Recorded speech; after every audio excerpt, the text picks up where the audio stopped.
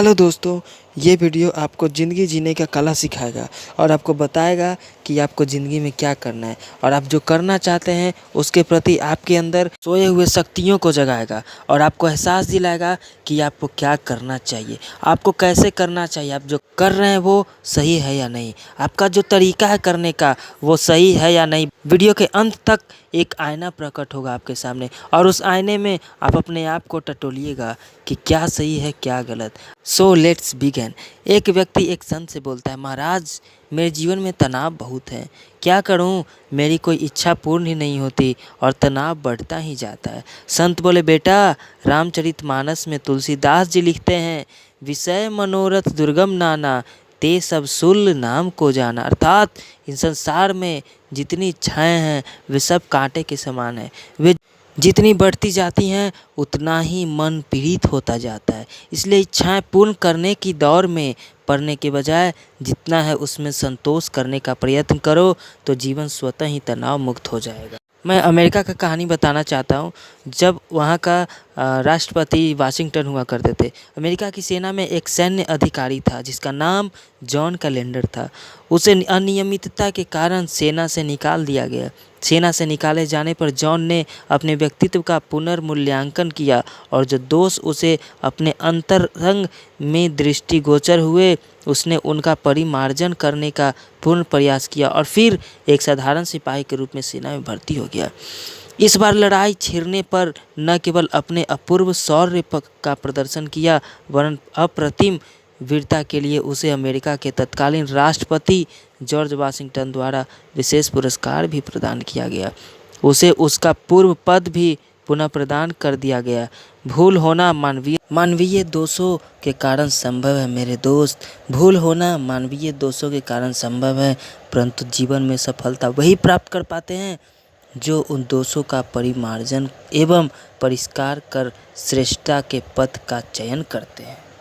मनुष्य को यह जन्म अपनी प्रगति और विकास के लिए ही मिला है और उसे सदा इस दिशा में प्रयत्नशील रहना चाहिए।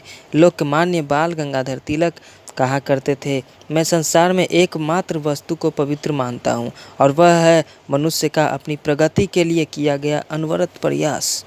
मानव मात्र के प्रति निश्चल प्रेम भाव रखते हुए और ईर्ष्या द्वेष आदि भावनाओं की कलुषित छायाओं से दूर रहकर निष्काम भाव से श्रमशील रहने की भावना ही जीवन की सर्वोच्च साधना है। इस तरह किया गया कर्म। एक बार एक घुड़सवार एक बस्ती से होकर गुजर रहा था। मार्ग में एक चोर का घर पड़ा। उसके बरामदे में एक तोता पिंजरे में बंद था, जो उसे देखकर बोला, पकड़ो इसे, इसका सारा माल लूट लो। थोड़ा आगे बढ़ने पर उसने देखा कि एक और झोपड़ी है, वहाँ भी एक तोता बंद है, पर यह तोता उसे देखकर बोला, आइए बंधु, थक गए होंगे आप, थोड़ा विश्राम कर लीजिए आप। घुड़सवार को बड़ा आश्चर्य हुआ और वह वहीं बैठ गया। कुछ समय बाद उस झोपड़ी के अंदर से एक साधु निकले और उसकी कुशल क्षेम पूछने लगे। घुड़सवार ने उन्हें सारा कहानी कह सुनाया और उनसे दोनों तोतों के भिन्न व्यवहार का कारण पूछा। साधु के उत्तर देने से पहले ही तोता बोला, मैं साधुओं की वाणी सुनता हूँ और इसलिए भला बोल रहा हूँ। वह तोता डाकुओं की बातें सुनता है, इसलिए वैसा ही बोलता है।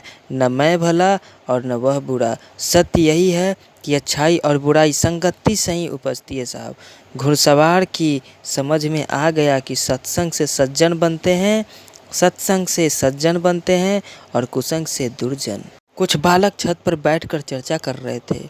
एक के मन में प्रश्न उभरा, यदि अभी कोई संकट हम सब के समक्ष खड़ा हो जाए तो सबसे पहले नीचे कौन पहुंचेगा? एक ने उत्तर दिया कि मैं तेजी से सीढ़ियां उतरते हुए पहुंच जाऊंगा। तो दूसरे ने कहा कि मैं रस्सी का सहारा लेकर जल्दी पहुंचूंगा। तभी एक बालक उठा और उसने अपनी धोती कसी और बोला, मैं तो ऐसा करूंगा। कहते हुए नीचे छलांग लगा दी। वह देख उसके साथी चिल्लाए और नीचे दौड़ कर गए, हाँफते गए, सोचते गए। नीचे वह बालक सुरक्षित खड़ा था, मुस्कुरा रहा था और अपने दोस्त का राह तक रहा था। सबको अपने पास आते वह बोला, भला बातें बनाने में क्या साहस, असली शौर्य तो काम दिखाने में है। उस साहसी बालक का नाम मैं बताना चाहता हूँ, वो कोई और नहीं बाल गंगाधर तिलक ही हैं। जिनका आगे नाम बाल गंगाधर तिलक से प्रसिद्ध हुआ। मुझे उम्मीद है कि आपका वो आईना प्रकट हो चुका होगा जिसका मैंने कल्पना किया था। आप उस आईने में अपने आप को देखिए और अपनी क्षमता को आंकिए। धन्यवाद।